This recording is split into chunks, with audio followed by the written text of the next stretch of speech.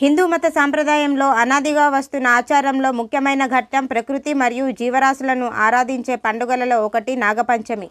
నిజామాబాద్ జిల్లా ఎడపల్లి మండలంలోని ఆయా గ్రామాలలో నాగుల పంచమి వేడుకలు ఘనంగా నిర్వహించారు. ఇందులో భాగంగా ఠానాకలాన్ గ్రామంలో బజరంగ్ దళ్ ఆధ్వర్యంలో, కుర్నాపల్లి గ్రామంలో సద్గురు సేవా సమాఖ్య ఆధ్వర్యంలో ఆవు పాలను ఉచితంగా పంపిణీ చేశారు. అలాగే జన్కంపేట్ గ్రామంలోని మహిళలు ఈ కార్యక్రమంలో పాల్గొని ఆవు పాలను సేకరించారు.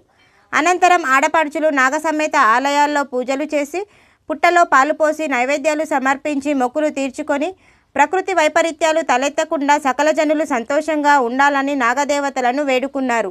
నాగపంచమి రోజున నాగదేవతలను పూజిస్తే వంశాభివృద్ధి, సంతాన ఫలం లభిస్తుందని భక్తుల ప్రగాఢ నమ్మకం.